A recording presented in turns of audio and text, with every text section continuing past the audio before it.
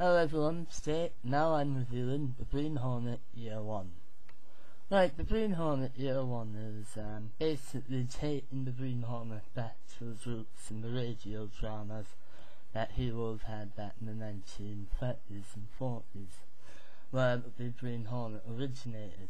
Right, most people know The Green Hornet had a TV series that started with Batman, and they all think that's where he originated. But no, The Green Hornet started off as a radio program back in the 30s, and was very inspired by the pulp fiction sort of heroes of the 1930s, like Batman and such. So The Green Hornet Year 1 takes The Green Hornet back to that period, reimagining Brett Reed as the son of famed news publisher. Anyway, the whole idea is it explores the first year of The Green Hornet, and there's two stories going on. The first story sees the Green Hornet and Kato starting off their career and attacking the evil and going to war with crime in this area. Now, just right, what do you expect really from dear old Green Hornet? Now that's the first story, but interconnected with this is flashbacks to the past, be it Brett Reed's or Kato's childhood and development. Now Brett Reed has always been more of an athletic and sort of interesting child. Actually, there's one bit of stuff I can't help but laugh at every time. Right, the whole idea is people are meant to be afraid of the Green Hornet, right? And one day, Brett Reed's father was on the telephone talking about how they need to deal with the rising crime levels. And basically, while this is happening, Brett, aka the Green Hornet, is in his father's room looking at all the insects he has. And he looks up to see this insect called the Green Hornet. And his father's there, "Are you alright, Brett?" And he said, "I'm fine. Don't be scared of these insects. They're God's creatures too. Yeah, they'll sting you if you make trouble, but for the most part they're good. But no, but that one, Dad. Oh, that's the Green Hornet, son. For what I said about all other insects, yeah, stay away from that one. Trust me, son." I just can't help but laugh at it, because it's sort of, son, yeah, if you ever become a vigilante, feel free to take the Green Hornet as your motif. It's a very interesting insect, very terrifying. The great strike fear into the hearts of criminals who are cowardly and suspicious of. But Anyway, Kato, on the other hand, is growing up in Japan. They're slowly gearing up for World War II. No, the new Emperor Emperor what's his face? World War II. Anyway, Japan has been taken over by the Imperial War faction that want to go to war. The military has full control of the battle of the Empire. But we see Kato slowly growing in the ways of the samurai and the ninja. And we also see that he's developed the honor system of samurai. But the thing is, his father, who's also a samurai, saying, "Look, the Emperor mightn't want us, but we're still here to serve and keep Japan from doing something stupid." And he's obviously sees the future, Lord knows the rest of us do. But anyway, he says to Kato, "Look, don't join the army, there's no honor. But isn't it our duty to serve the Emperor?" "Yes, we are serving the Emperor by trying to show him that we don't need to fight. Why do we need to go to other lands when we live on the world at the gates of heaven itself?" And you know, he's making a good point. Why do you want to go to another land and cause trouble when you're at the gates of heaven? Anyway, Kato, I actually like Kato's, Virginia actually has this great bit. "And how's your English coming on, Kato?" "Very good. Very good. Need some work, but getting there." I just love how Kato's struggling to learn English. Anyway, while they're developing, Brett reads goes around the world. And I find it interesting because at one point he sends a letter home to his father. And he's taking note about how Europe is becoming more unstable.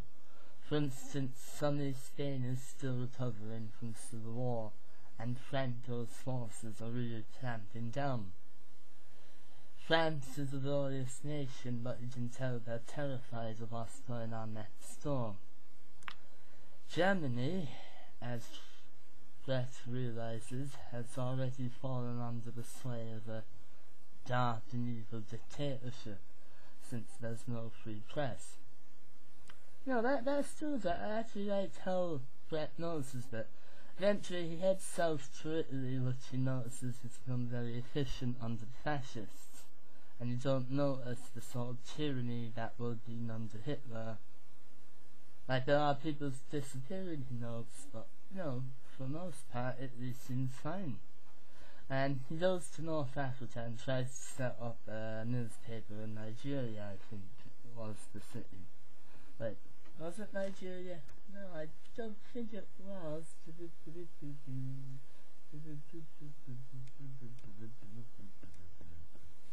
Oh, Kenya, sorry. He goes to Kenya and sets up the Nagigi Chronicle about the Boana basically don't write it. Oh wait, no. Basically, the people in charge of Kenya don't like the free press and supposed to be attacked. And they're chasing Brett. They kill his friend, burn down the building, but they're still chasing Brett. And Brett eventually arrives at a river and sees a green hornet nest. And basically he comes up with what I think is the most ingenious idea ever. Basically covers himself in mud to cover up his scent, hides. The African guys run in with their flaming, not AK-47s, a period gun. Well, they had guns anyway, and they're like, how is he? How do we lose him? Alright, look, take 2 seconds, catch a breath, and we'll search out. The fan out and look for him. Then Brett just throws a rock right at the green hornet nest, and it's like, oh Jesus, no, that's stinging, what the hell? No, freaking out. And I think they died from the green,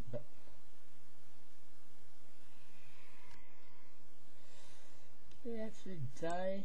I can't remember. But I just love how they're like, oh Jesus, oh wait, it's Jesus. Jesus.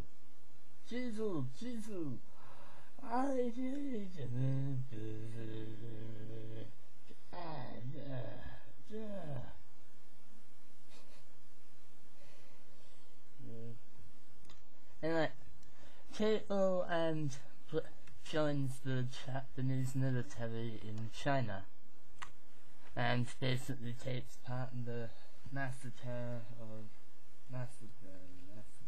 give me names, search my mind, the Nanking Massacre, where the Japanese literally slaughtered everyone.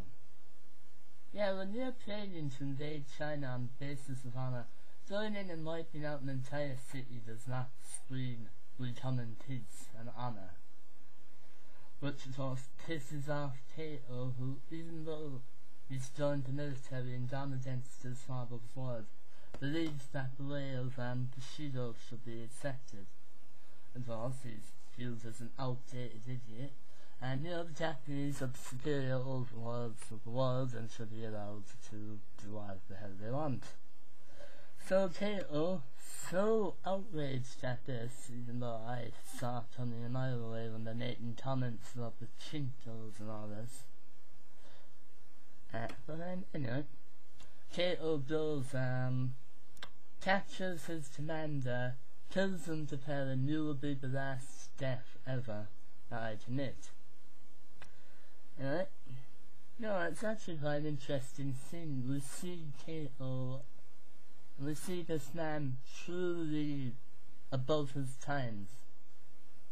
He obeys the told, but he doesn't see people as inferior or superior, he sees them as equals.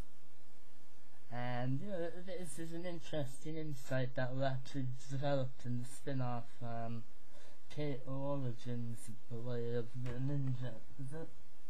Yeah, way of the ninja trilogy. Anyway, forgive me, but I'm telling it. Kato is captured eventually for sabotage, is about to be killed when Brett comes in and literally saves the day, rescues Kato. They get to know each other while Kato heals from his wounds, team up, kick some ass, head back to America. Brett sadly arrives not in time and misses the death of his father from an aneurysm. Because Brett desperately tries to figure out what to do with his life. Eventually he and Kato come to the conclusion that they must fight crime. And basically this is why and he quickly realizes he should be the Green Hornet. And then you go back to the start and that's where that plotline begins. The Green Hornet bit, I must say, is very well done for the period. Like, they had some advanced tech, like the Green Hornet's gas gun, lightning weapon, or electric weapons. The Black Beauty is kicking ass. It's awesome. The characters, Brett and Kato, are brilliant. The parents are developed in such a way that we can see why Kato and Brett turned out the way they did. The villains, the gangsters, the Imperial Japanese, the tyrannical Kenyans, or the evil bad guys, but are still enjoyable. The art is very pulp, very sort of Batman Year One in a sense, but I must say it's definitely gives you the feel that you're in the 30s. Post-depression, but you're still in the 30s. It's like actual Doctor Who Daleks in Manhattan. Anyway, overall I'd recommend this. Matt Widener is ingenious as the writer. Campbell and Francavilla are just brilliant. I'm looking forward to Year 1 Part 2. This was Sting of Justice, Volume 1. I'd recommend this. Now I'll do a review of the movie, shall I? Alright, good luck. See you in a few minutes.